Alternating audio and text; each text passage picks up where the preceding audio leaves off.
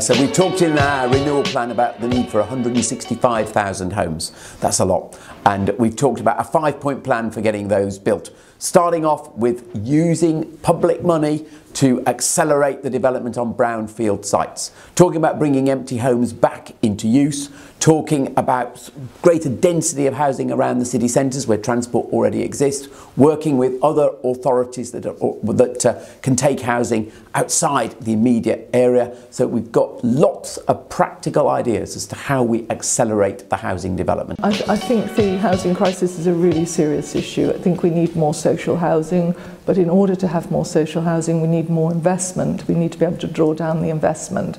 So there have been some issues which have sort of held back that investment from over the last 5 years or so. We need to remediate the brownfield sites. We need to grow our small and medium-sized builders again because they've been hollowed out. We need to encourage our skills pipeline to come through, so young people to think about a career in construction and house building so that we've got the capacity, we're building the capacity for the future. Well, you know, generational rent they call young people now. You know, anybody under 40 has got no chance of getting a mortgage. You're expected to pay 40% of your salary to try to engage in what seems to be a bit of your own capitalism. Whereas people really just want somewhere to live. Living somewhere and working, these are rights, these are human rights in my opinion. There's only one way really to solve the housing crisis. What the Combined Authority has already done is they've set up a commission, a land commission, composed of estate agents, financiers and developers, the people who want to develop these glitzy palaces, who want to have posh student flats for foreign overseas well-to-do people to come to university in Britain so they can say they've been to university in Britain. Well, what I want to see are developments for ordinary people in communities. So hence the discussion, the idea of a new kind of democracy, a people's democracy, where we're engaging with people about what they want. But also, councils have got to deliver massive expansion of council houses, of houses provided on a social basis for need. Anybody who needs a house or a home, a flat or whatever it is, should be able to get it as a right. It shouldn't be subject to the market. And so, at best, I think some of the other candidates have talked about a doubling or tripling of the house building programme. But that's on the basis of finding nice plots of land that they'll give to developers, mostly eating away at the green belt between Birmingham and Solihull and Coventry, giving them that advantage to make money on land which lies fallow. Housing is a massive issue and it's a big part of the mayoral remit, if you like. I think we have an acute housing crisis and unfortunately it is probably going to get worse. We need to take some pretty drastic actions. One of the things that I would like to do that I've been focusing on is actually converting change of use of some office blocks which have been to let for a very long time. So I'm looking at those and actually change them into affordable housing, flats or whatever, particularly inside town centres. I know, for example, in West Bromwich, I know there's some blocks there that have been to let for a long time. So I think it would be have a dual benefit because if we get people back into the town centres, that provides, if you like, a resource for the local traders to actually, you know, sell to. So I'm very much looking at that. I'm also, I mean, every candidate will tell you the same thing. We need to 100% concentrate on brownfield first, which is partly about money. Some of the brownfield sites are expensive to prepare and redevelop. And looking at empty houses, the candidates will all tell you the same things, I'll be honest, converting empty houses. I really am passionate about trying to protect the green belt, so I will absolutely do that, and that will be an absolute last resource. So there's a number of things we can do, but I think, you know, ultimately it is going to be a difficult problem because we are an expanding region and there are limited opportunities, certainly in certain parts of the region, for actually expanding the resources of housing. The first thing that we need to do to alleviate the housing crisis is we need to build far more social housing.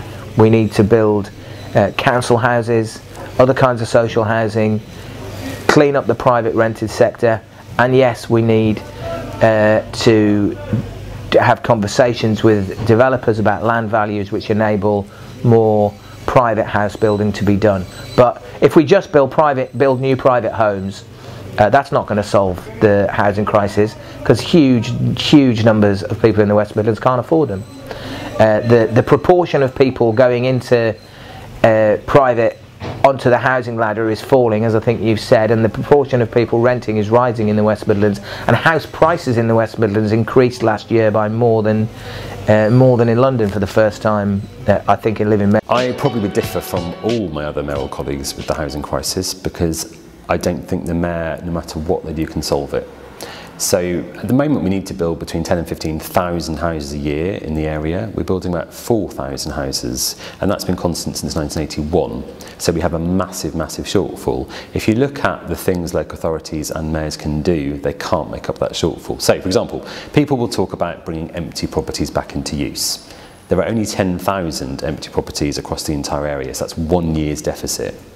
Now, if they were that easy to bring back into use, councils would have done it already, but actually it's through compulsory purchase orders, which are very time consuming and cost a lot of money.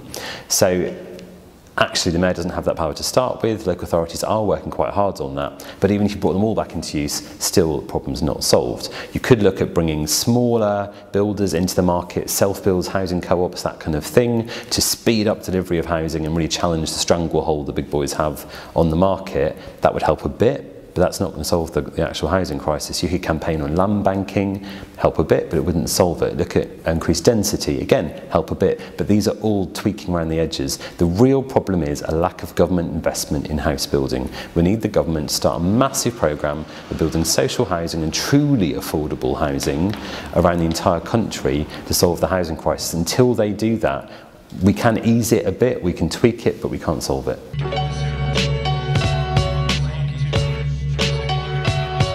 The problem with congestion is everyone will say they want congestion tackled, but everyone wants to keep their car and they want to keep driving. Basically what they want is everyone else to stop and them to carry on. So what we have to do, and I think we'd all agree on this, is we basically have to create a public transport system which is cheaper, quicker, faster, more pleasant to use and more convenient than driving your car. Because until we do that, people are not going to start using public transport and getting out of their cars. And we have to accept at the moment the public transport system is not viable for most people. I drive quite a lot because of where I live. If I want to get to Birmingham, an hour and a quarter sometimes on the bus for me, 23 or 4 minutes by car. Actually, after 6:30 to my estate, a handful of buses, you know, you'll be standing in the rain for up to an hour at a bus stop.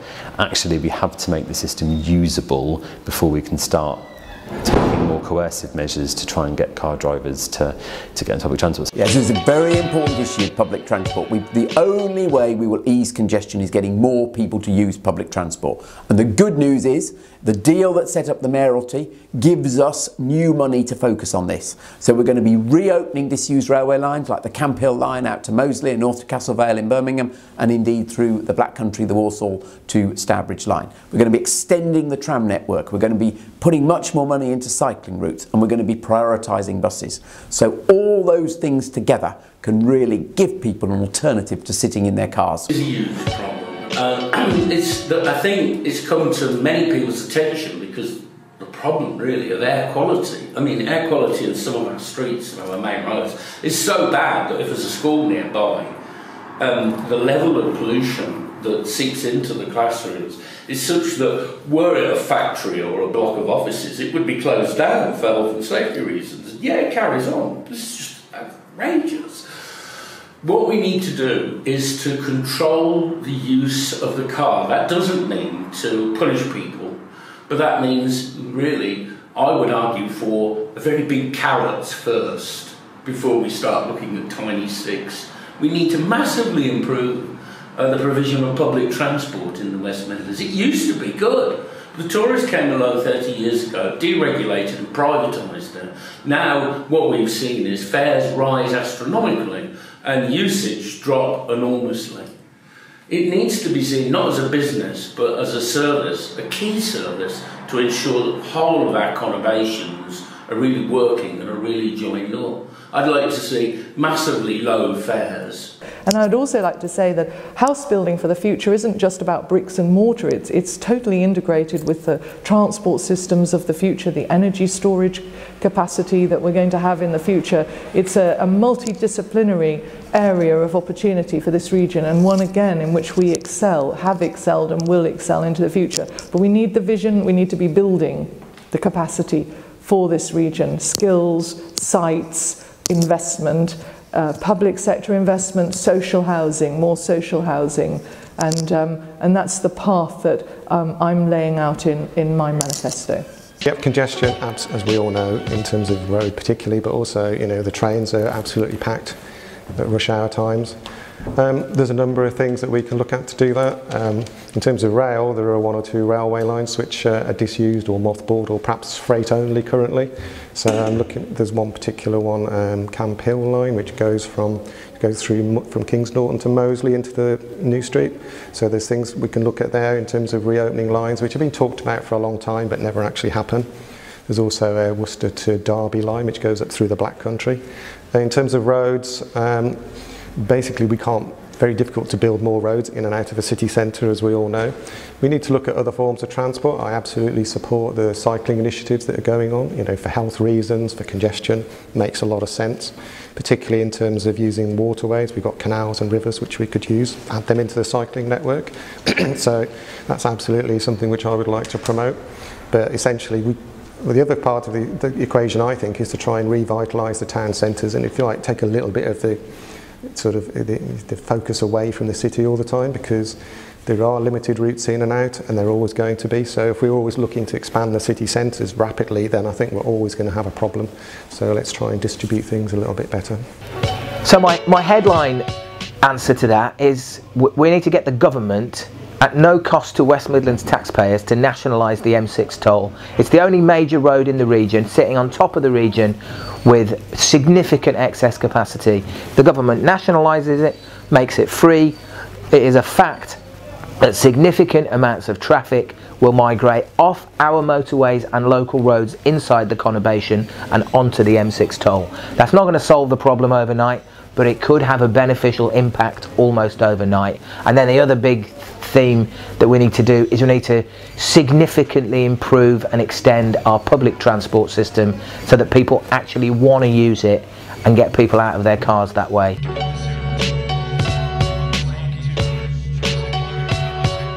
I've got to be part of the success, making a success of Brexit for the West Midlands. The thing the Mayor can do, because it's basically a national issue, but the thing the Mayor can do is make sure the government really understands the needs of West Midlands businesses. So I'd be knocking on the door of Downing Street saying, Prime Minister, this is what West Midlands businesses really want out of these negotiations.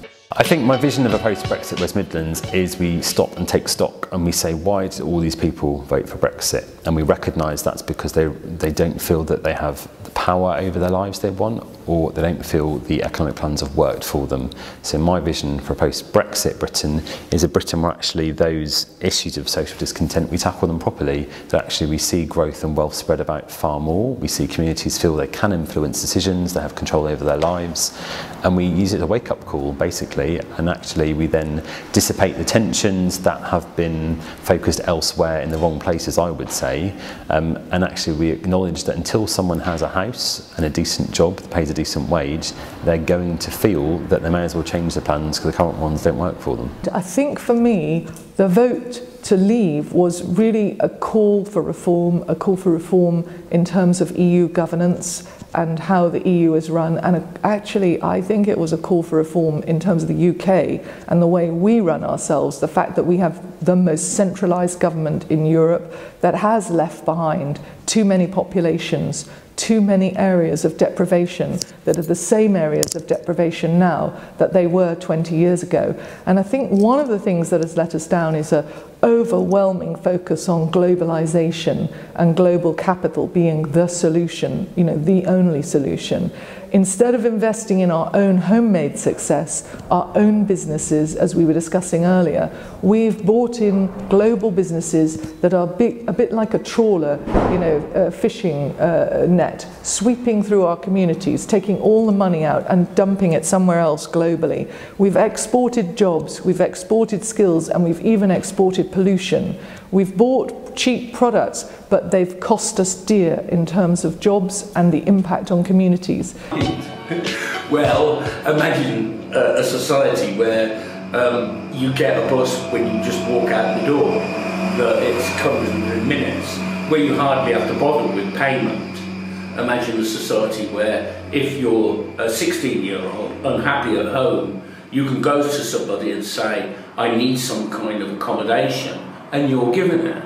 Imagine a society where young people, not in employment or in education or in training, can get one of those things, where young people can look at the possibility perhaps of developing their own small business. My vision of a post-Brexit country, but particularly the West Midlands, because we are a big manufacturing base, you know, roughly twice as much manufacturing here as some other regions, absolutely is to, I know it's a bit of a hackneyed cliche, but to trade with the world. And I speak to businesses, chambers of commerce, and they are obviously a little bit concerned about the uncertainty. 100% accept there is some uncertainty there, and maybe slightly things might get a little bit worse before they get better. But I absolutely passionately believe that it is the best thing for the country in the medium long term. I believe there's a lot of opportunities, particularly to trade with the Commonwealth out there, which partially we've been discouraged from doing so by the European Union, or they're a little bit jealous of our ties and our relationships, which we can invigorate and, you know, restore. So yeah, I absolutely believe it's the right thing for the country, but particularly the West Midlands, because of our opportunities to export. And we hear a lot about the pound going down in value and how bad it is, but the converse side of that is it makes our exports a lot cheaper, so it actually provides even better opportunities in that sense. My vision of a post-Brexit West Midlands is one in which we didn't repatriate power and money from Brussels in order for it to just stop in London. The West Midlands voted more strongly than any other UK region to leave, and people were not voting for all that power and money to just stop in London and for decisions to be made in at least equally a remote and apparently unaccountable way by faceless bureaucrats in London, as people feel that they were made by faceless bodies in Brussels. We need to have proper regional devolution as definitely part of the answer to Brexit. We need a seat round the table of the negotiations so that we get the best deal from Brexit for the West Midlands, not just for London and the financial sector. And we need to build a regional economy, a strong, independent regional economy which can compete as an economy on the world scale. If the West Midlands was a country, it would be the 58th biggest economy in the world. If the whole English Midlands was a country, it would be a country the size of Austria, the 45th biggest economy in the world. We can punch our way on the world stage on our own, and that is the future for us post-Brexit.